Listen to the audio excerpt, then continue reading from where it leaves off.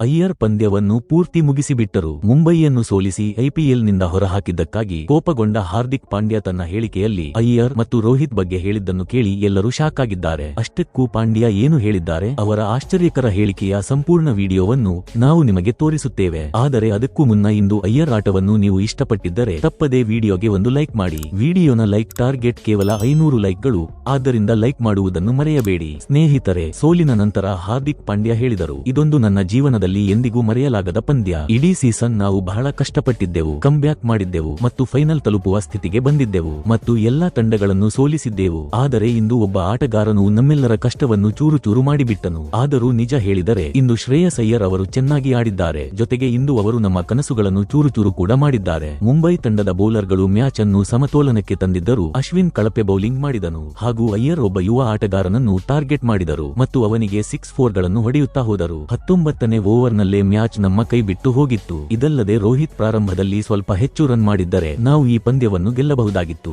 ಆದರೆ ದುರದೃಷ್ಟವಶಾತ್ ಅದು ಸಾಧ್ಯವಾಗಲಿಲ್ಲ. ಈ ಸೋಲು ನನ್ನ ಮುಖಕ್ಕೆ ಹೊಡೆದ ಕಪ್ಪಾಳದಂತಿದೆ. ನಾನು ಇದನ್ನು ಎಂದಿಗೂ ಮರೆಯಲು ಸಾಧ್ಯವಿಲ್ಲ ಹಾಗೂ ನಾನು ಮುಂಬೈ ಅಭಿಮಾನಿಗಳಿಗೆ ಮನಸ್ಸಿನಿಂದ ಕ್ಷಮೆ ಕೇಳುತ್ತೇನೆ. ಇಂದು ನಾವು ಅಯ್ಯರ್ನ ಕಾರಣದಿಂದ ಸೋಲನ್ನು ಅನುಭವಿಸಿದ್ದೇವೆ. ಆದರೆ ಮುಂದಿನ ಸೀಸನ್ನಲ್ಲಿ ಈ ಅಯ್ಯರ್ ಮತ್ತು ಅವರ ತಂಡಕ್ಕೆ ಸರಿಯಾದ ಪಾಠ ಕಲಿಸಿ ನಿಮ್ಮೆಲ್ಲರ ಮುಂದೆ ಹಾಜರಾಗುತ್ತೇನೆ ಎಂದರು. ಸ್ನೇಹಿತರೆ, ಪಾಂಡ್ಯನ ಈ ಹೇಳಿಕೆ ಅಯ್ಯರ್ನ ಮೇಲೆ ಸೋಲಿನ ನಂತರ ಅವರು ಎಷ್ಟು ಕೋಪಗೊಂಡಿದ್ದಾರೆ ಎಂಬುದನ್ನು ತೋರಿಸುತ್ತದೆ ಮತ್ತು ಅದಕ್ಕೆ ಕಾರಣವೂ ಇದೆ, ಏಕೆಂದರೆ ಅವರು ಮುಂಬೈನ ಕ್ಯಾಪ್ಟನ್ ಹಾಗೂ ಮುಂಬೈಗೆ ಗೆಲ್ಲಿಸುವಲ್ಲಿ ವಿಫಲರಾದರು. ಸ್ನೇಹಿತರೆ, ನಿಮ್ಮ ಪ್ರಕಾರ ಹಾರ್ದಿಕ್ ಪಾಂಡ್ಯ ಮತ್ತು ಅಯ್ಯರ್ನಲ್ಲಿ ಯಾರು ಉತ್ತಮ ಆಟಗಾರ ಮತ್ತು ಅದ್ಭುತ ನಾಯಕ ಎಂದು ಕೆಳಗೆ ಕಮೆಂಟ್ ಮಾಡುವ ಮೂಲಕ ನಿಮ್ಮ ಅಭಿಪ್ರಾಯವನ್ನು ತಿಳಿಸಿ.